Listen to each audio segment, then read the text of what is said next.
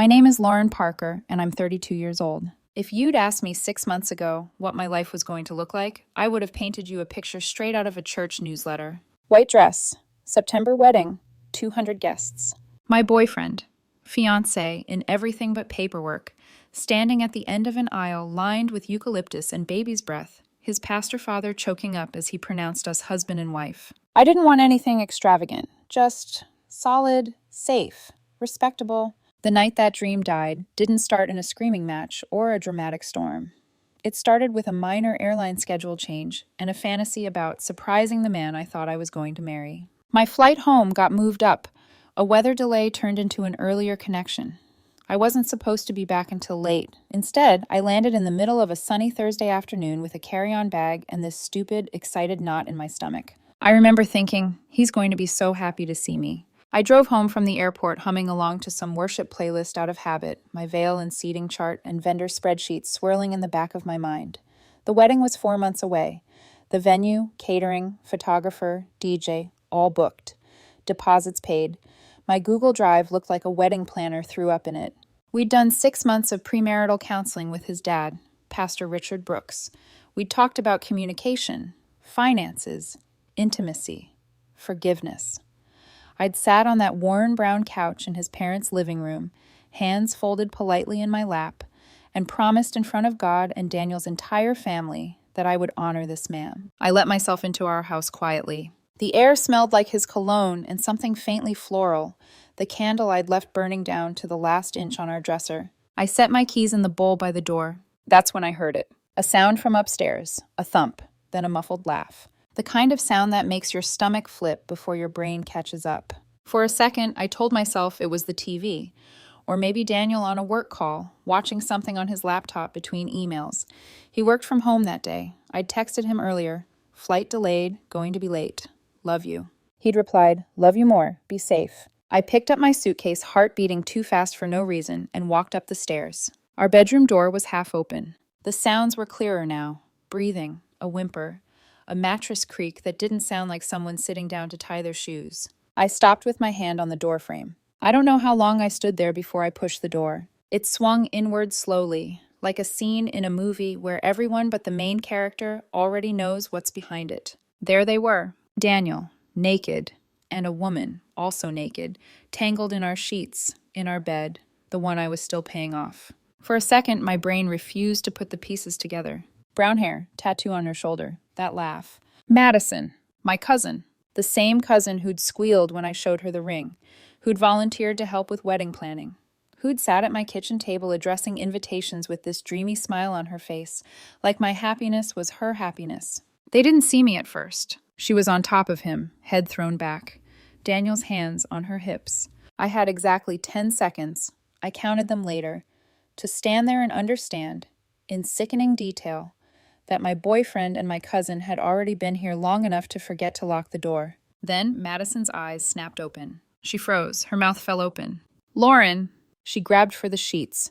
Daniel jerked, tried to roll away so fast he nearly hit the floor. He clawed for his jeans on the carpet, fumbling like this was some slapstick joke. Something in me went very, very quiet. I put my suitcase down, gently, like I didn't want to disturb anything.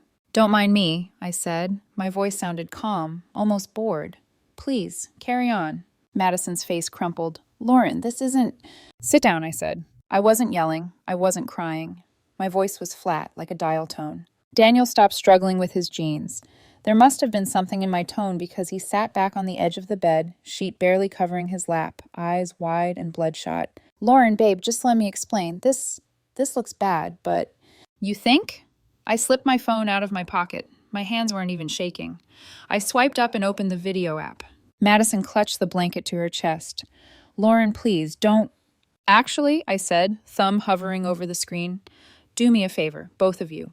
Stay exactly where you are. The absurdity hit me in flashes.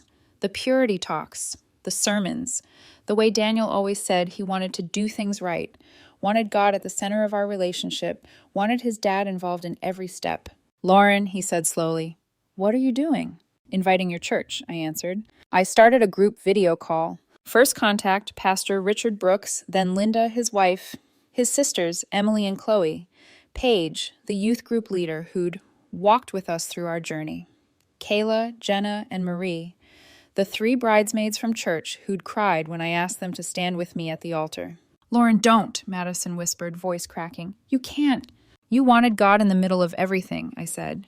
"Counseling, engagement, wedding planning. Seems only fair he gets front row seats to this part too." The line rang once. Pastor Richard answered with a big, warm smile. "Lauren, hey, sweet." I flipped the camera, pointed it straight at the bed. At his son, at my cousin, at the life they detonated and hadn't even bothered to clean up. "I wanted to give everyone a pre-wedding update," I said. For 2 full seconds, there was absolute silence. Then Linda's voice came through the speaker. "What in God's name?" Emily and Chloe joined the call. I heard Chloe gasp so loud I actually saw Madison flinch. Boxes popped up one by one as more faces joined, filling the screen with confusion that turned into horror in real time. "That's your son," I said softly. "And that's my cousin, in our bed.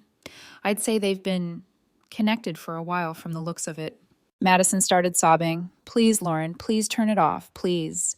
"You didn't stop when I walked in," I replied. "Took you a good 10 seconds to even notice me." Paige's face had gone white. I don't understand what I'm looking at."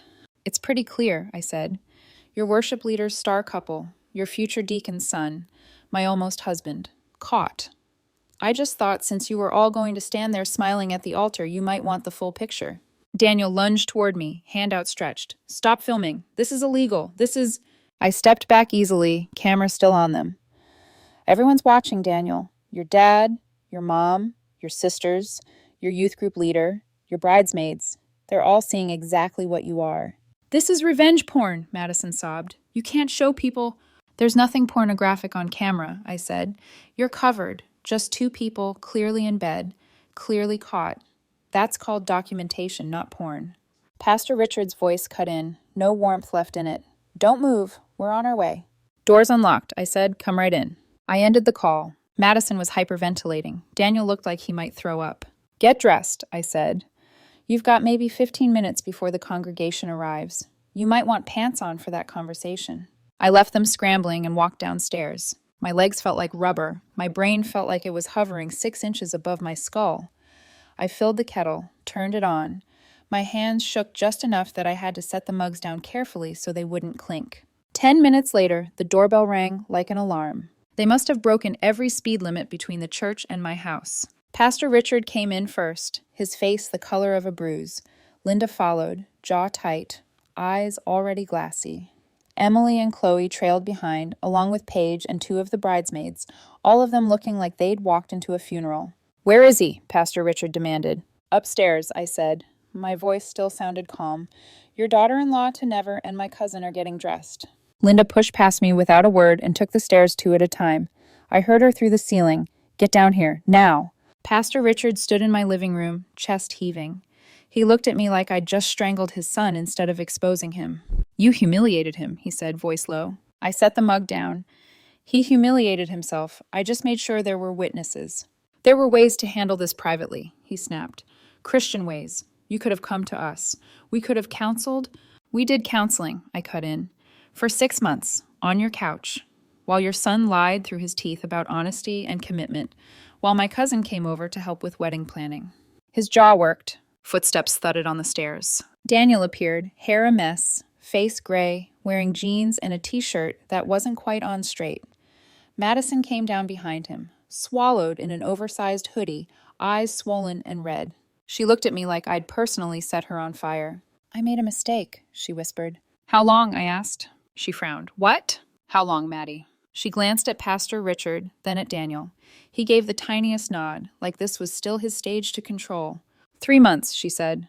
The room went silent. 3 months, I repeated. 90 days of lying to my face while you helped me pick out centerpieces. 90 days of letting me plan a wedding while you 2 used my bed like a discount motel. Emily made a disgusted sound. One of the bridesmaids whispered, "Oh my God," under her breath. "It just happened," Daniel said weakly. "She was around a lot. We connected. You were traveling for work." "Is that what we're calling it?" I laughed once, a sharp, empty sound. "You connected?" Pastor Richard turned on Daniel, his voice suddenly very quiet and very dangerous. "In my future daughter-in-law's home, in your home, in the bed she paid for, with her cousin." Daniel couldn't look at him. Pastor Richard finally tore his eyes away and focused on me. "What do you want, Lauren?" he asked. "We need to make this right. What do you want?" I almost laughed in his face. "You think there's a version of this that's right?" I asked. "With more counseling? More prayer? Another round of you telling me to submit harder while your son sneaks around with my family behind my back?" His temple pulsed. "The wedding can still—" "The wedding is canceled," I said. "As of 20 minutes ago, the engagement is over. Daniel has until Sunday to move out." Linda, halfway down the stairs, gasped, "You can't just—" "My house, my mortgage." "He moved in last fall. Legally, he's a guest. I'm being generous with 4 days." Daniel found his voice. "What about the wedding? The deposits? The venue?" The audacity almost took my breath away. "You got caught cheating with my cousin and you're worried about deposits?" I said slowly. "Ask your dad to explain to the venue why his son won't be needing it. I'm sure they'll understand." "Those deposits are non-refundable," Pastor Richard said sharply. $12,000, Lauren. "Sounds like you and your new girlfriend should talk about splitting it," I said, "since he's so committed to her happiness." He stared at me. "We're leaving," he said, finally turning to Daniel. "Get your things." Linda put a trembling hand on my arm on her way past. "We'll be back for the rest of his stuff," she said. "You can't keep him from—" "Sunday," I repeated. "After that, I call the cops for trespassing." They filed out. No one looked at me. Not really. Madison kept her head down. Emily and Chloe moved around her like she was a broken piece of furniture they couldn't quite throw away yet. Paige's eyes skittered over me once, then dropped to the floor.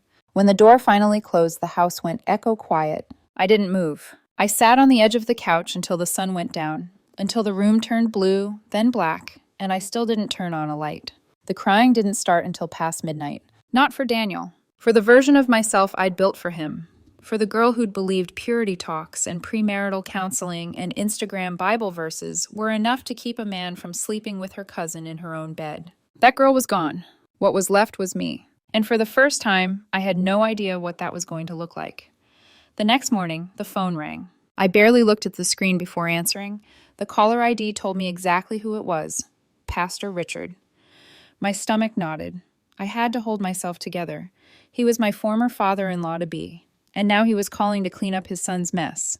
I braced myself for the tone I knew would come. "Lauren, it's Richard. We need to talk about this situation, and I don't want it to get any worse." He was trying to sound calm, but I could hear the undercurrent of controlled fury beneath his words. "We need to talk?" I repeated, looking down at the phone. "What's there to talk about, Richard? Your son cheated on me with my cousin. That's pretty clear." There was a long silence on the other end of the line. I heard his heavy breathing. The kind of sound that people make when they're trying to hold back the words they really want to say. "Lauren," he finally said, his voice softening, "I know this is hard, but we can't let this go public. The church, our family, will be destroyed. You understand that, don't you?" I squeezed the phone tighter. The same guilt trip, the same pressure to preserve the family image. No apology for his son's betrayal, no recognition of how my life had been upended, just fear about how this would make them look. "And what about me, Richard?" I snapped.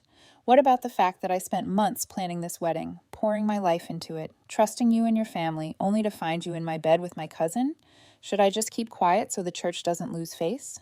"I'm not saying you should keep quiet," he countered, "but we can handle this privately. We'll have counseling. We'll pray. We'll—" "Counseling?" I cut him off, my voice shaking with disbelief. "What's there to counsel? He betrayed me. And you want me to just forgive him for 3 months of lies? What about the wedding, Richard? What about the deposits, the venue, the vendors, the money we've spent? Does that not matter to you?" I could hear him sigh heavily, as though it were all an inconvenience. "Lauren, please, let's talk this through. You don't want to destroy your future over one mistake." I could feel the heat rise in my chest. "You don't get it, do you? This isn't about one mistake. This is about everything being a lie. You know what? I'll take care of it. I'll handle this on my own. Don't worry about me." I hung up before he could say anything else. The rest of the morning was a blur. I wasn't sure what I was doing or where I was going. I just knew that I couldn't stay in that house any longer. Every corner felt like it was suffocating me, filled with memories of the life I thought I'd been building. And now it was all a lie. I started going through the rooms. First, the living room, where we'd talked about furniture for our future home. Then, the kitchen, where I'd spent hours planning meals, making lists, imagining us cooking together. Now everything felt tainted. Every surface felt like a lie. The bedroom was last. I stared at the bed. Our bed.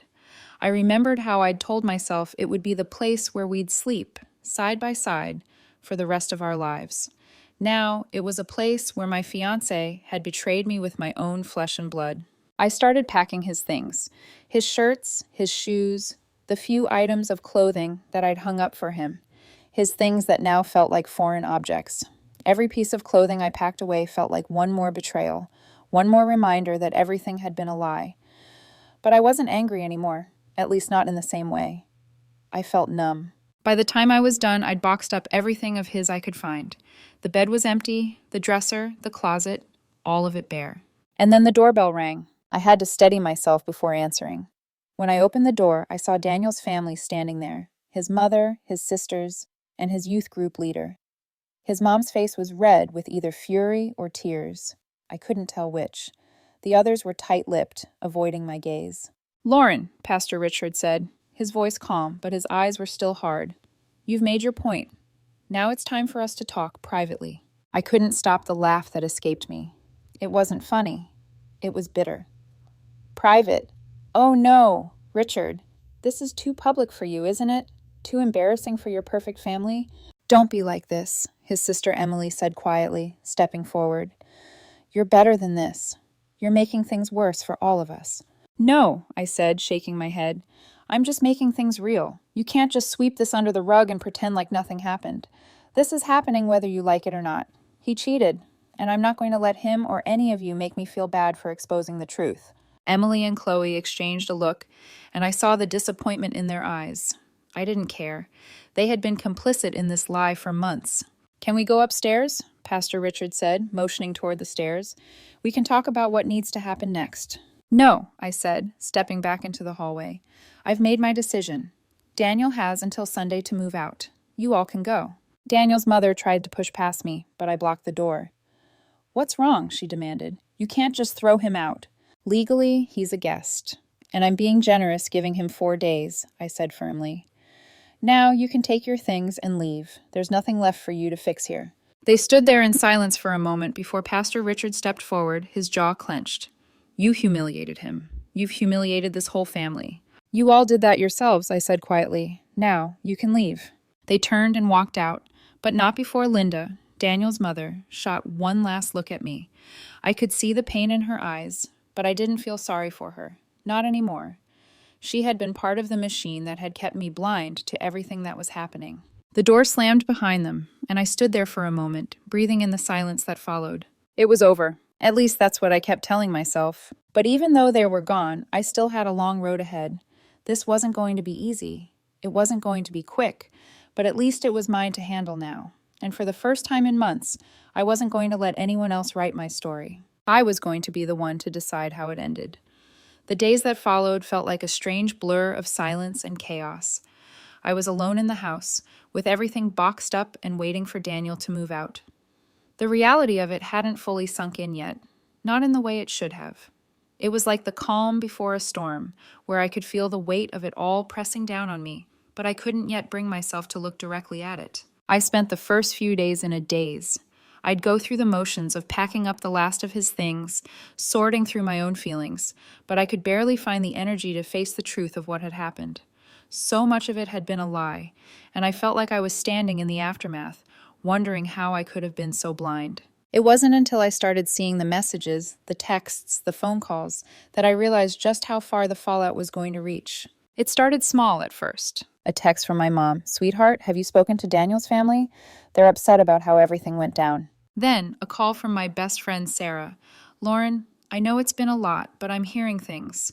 People are saying you're overreacting, that this whole thing is just a misunderstanding." It was a familiar narrative, one I'd heard before when I was younger, when things had happened in my family that were hard to confront, when people didn't want to face the truth. But this time it wasn't just me. It was about him, about Daniel, and about us, and I wasn't going to let anyone rewrite it. That's when the rumors started to spread. The ones Daniel's family had worked so hard to spin. I got a call from my cousin Amanda, who had always been close with Daniel's sisters. "Lauren, I don't know how to say this, but they're telling people you've been controlling, that you pushed Daniel into this." She sounded tentative, like she was afraid of upsetting me, but the words hit hard. "Controlling?" I repeated, my voice tight. "Are you serious? He cheated on me, Amanda. He's the one who lied, who betrayed me, and they're going to sit there and say it was because of me. I was shaking with fury now. How dare they twist the narrative like that? How dare they turn this into my fault? My stomach churned at the idea of them framing me as the villain. I don't know, Lauren, Amanda said, sounding helpless. They're trying to protect him. They're saying that you were too busy, that you weren't there for him, that you made him feel isolated and distant. I couldn't breathe for a moment. It was as if the air around me had thickened into something I couldn't escape. I didn't know if I wanted to laugh or cry. They're lying, I finally said, my voice barely above a whisper. They're rewriting the story, trying to paint me as the bad guy. But they don't get to do that. I know the truth. I know you do, Amanda said, her voice quiet but supportive. But you need to be careful. People are listening to them. People are starting to believe it. That was when I realized the full extent of the battle I was facing. It wasn't just about Daniel anymore. It wasn't just about him betraying me. It was about the smear campaign his family was running, about them trying to cover up his lies with stories of me being too much or too demanding. I wasn't just fighting for my relationship anymore. I was fighting to protect my reputation, my sanity, my own sense of self. The next morning, I made a decision. I wasn't going to stay silent. I wasn't going to let them control the narrative. I was going to tell my side, my truth. I opened up my laptop, sat at the kitchen table, and began typing. I wasn't going to make it dramatic, wasn't going to use fiery language or accusations. I was just going to state the facts, the cold, hard truth. I typed out a post on social media. I didn't name names, but I made it clear. I talked about how I had been betrayed, about how I had believed in a future that wasn't real. I spoke about the trust I had placed in Daniel, about the months of wedding planning and premarital counseling that had led to this moment of devastation. I didn't focus on the details of what had happened that day. I didn't want to feed into the drama. I just wrote about the pain of trusting someone, only to find out they'd been lying to you the entire time. Then I hit post. It wasn't long before the comments started rolling in. Some were supportive, some were confused, some were just quiet. But that didn't matter. I was done hiding. I was done pretending. The response from Daniel's family came soon after. I received a text from his sister Emily, who was always the peacemaker, trying to get me to take down the post, to keep this private. But there was no going back now. I didn't owe them any more silence. The next call came from Daniel's mother. "Lauren," she said, her voice strained with anger. "How could you do this? You've humiliated your entire family, your future in-laws, and for what? This is a private matter. You don't air your dirty laundry on social media." "I didn't start this, Linda," I said, my voice steady. "But I will make sure the truth is out there. If that's what humiliates your family, then so be it." The next few days were tense. There were messages from friends, some of whom were supportive, others who were more judgmental, telling me to just move on or forgive and forget. I ignored them all. This wasn't about anyone else's expectations. This was about me. And as I scrolled through the messages, I realized something. The more people tried to tell me what to do, the more certain I became of my decision. I wasn't going to be silenced, not anymore. Then came the legal threats. A cease and desist letter arrived in my inbox, claiming that I had violated Daniel's privacy and caused him emotional distress. His family wanted me to remove the post, take down all mentions of the incident, and stop talking about it publicly. It made me laugh bitterly. They were trying to silence me with threats. I forwarded the letter to my lawyer, who called me laughing.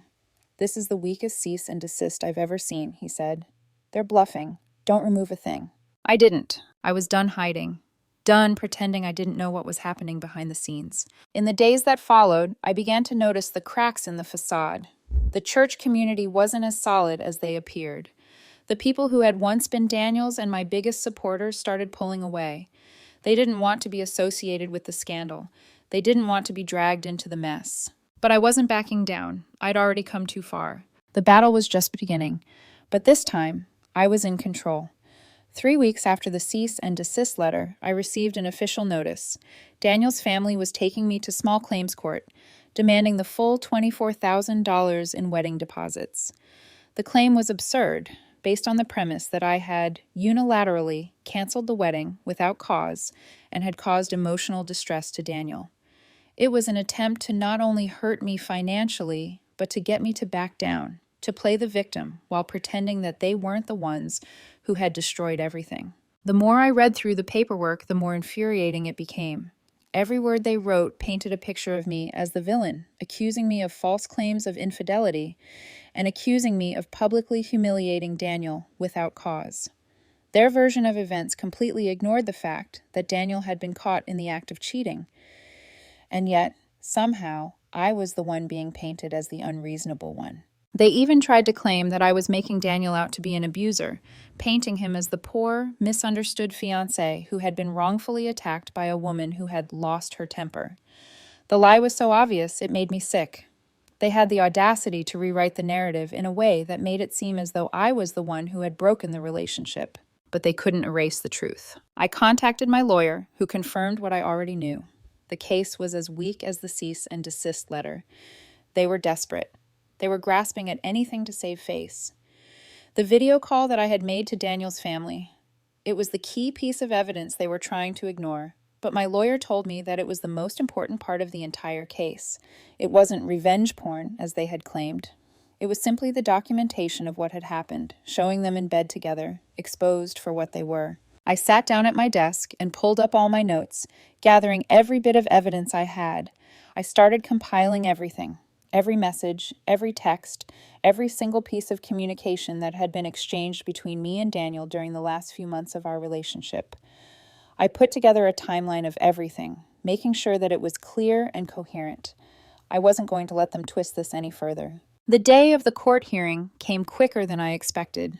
I wasn't sure what I was expecting, maybe some strange sense of vindication when I stepped into that courtroom, but instead I felt a quiet resolve. I arrived at the courthouse with my lawyer, and as we walked into the building, I saw them.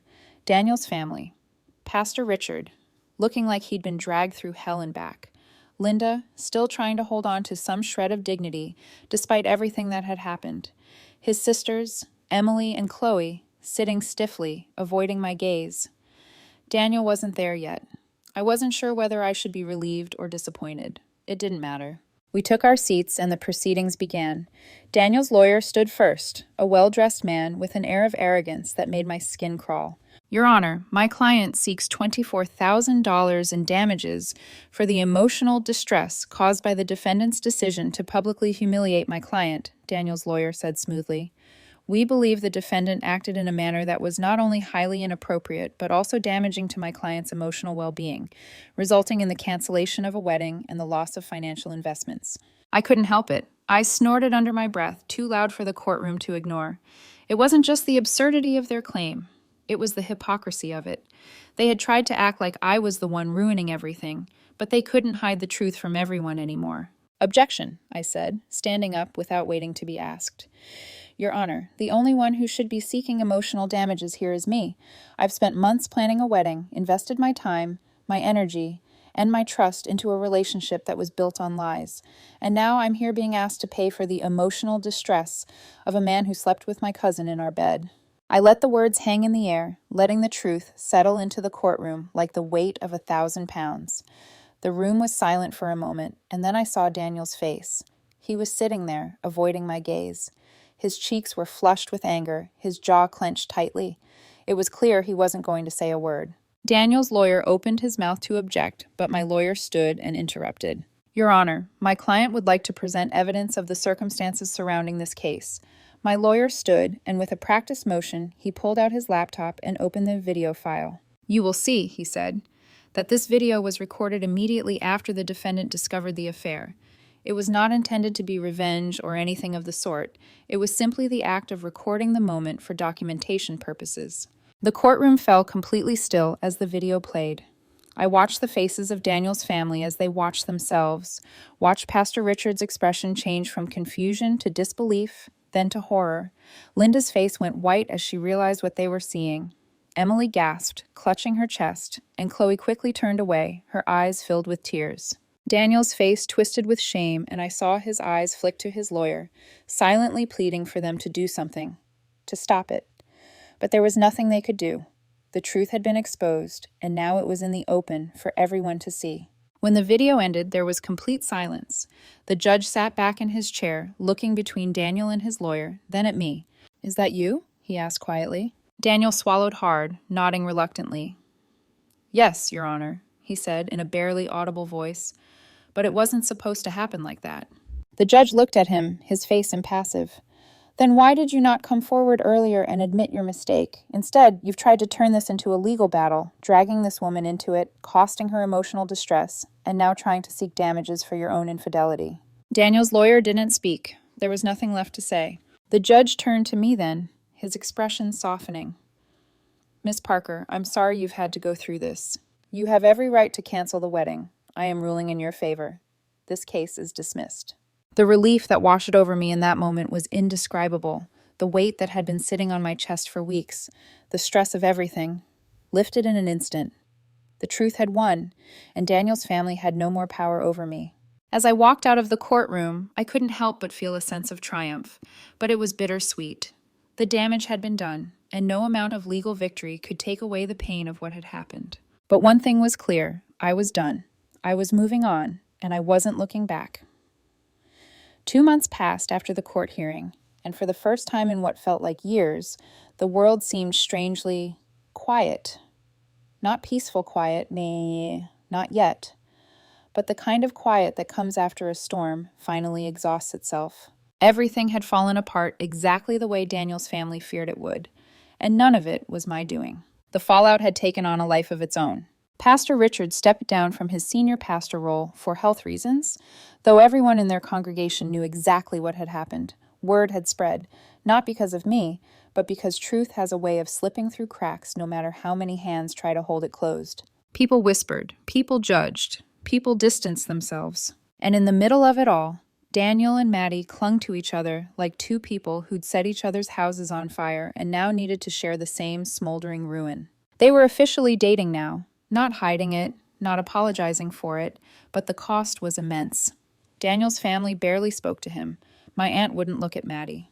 Holidays were a battlefield of polite refusals and strategically empty chairs.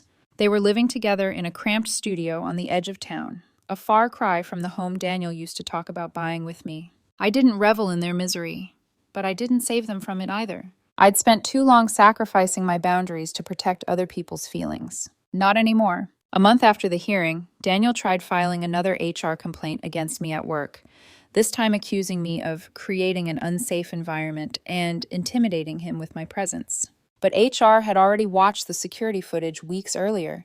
They'd seen him walk past my office 3 times in a single day. They'd seen him circle the break room when I was there.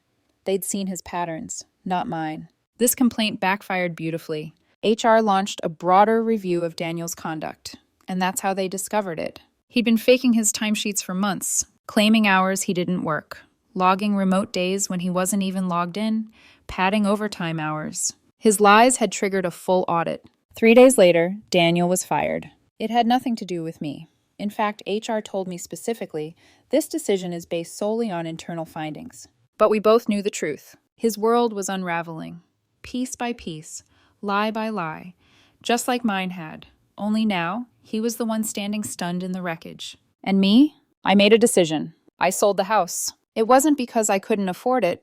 I could. It was because every room carried a shadow of a life that had never existed, a ghost of a woman I no longer was. So I listed it, accepted an offer within 3 days, and started over. My new condo downtown was small but bright, with floor-to-ceiling windows and a quiet balcony overlooking the city. I filled it with plants and soft blankets and candles that didn't remind me of anything except peace.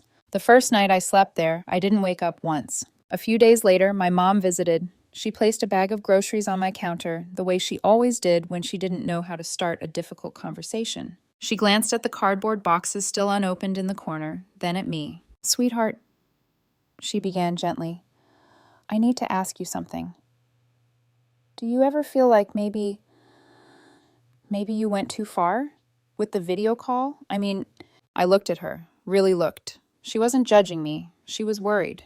I exhaled slowly. "Mom," I said softly, "I regret a lot of things. I regret ignoring the red flags. I regret trusting the wrong people. I regret shaping myself into someone I thought his family wanted."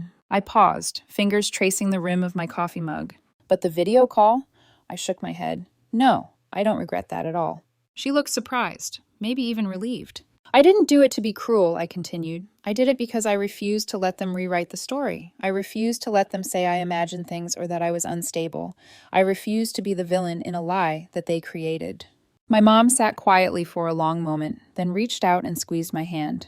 "I'm proud of you," she whispered. And for the first time since everything had happened, I believed her. The weekend that was supposed to be my wedding day arrived quietly. There was no venue, no flowers, no aisle, no pastor delivering sermons, no Daniel, no Maddie. Just me. I spent the day helping a friend move into her new apartment.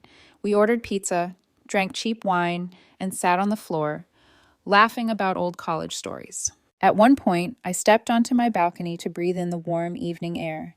The city lights twinkled below, soft and distant, like gentle reminders of a world still turning. I thought about the dress that was hanging in a preserved bag at the back of my closet, the one I hadn't touched in months. I thought about the church aisles I'd walked down during rehearsal, rehearsing a future that was never real. I thought about the girl who'd believed love was something earned through perfection. And then I thought about something simple. The last thing Daniel ever said to me in the courtroom was nothing at all. He couldn't look at me, couldn't speak, couldn't apologize. But I didn't need it. Forgiveness wasn't his to give me, it was mine to give myself. And I had. As the sun set behind the skyline, I whispered something I hadn't been able to say out loud until then. I'm free. No more pretending. No more purity culture wrapped in hypocrisy. No more giving people the benefit of the doubt when they hadn't earned it.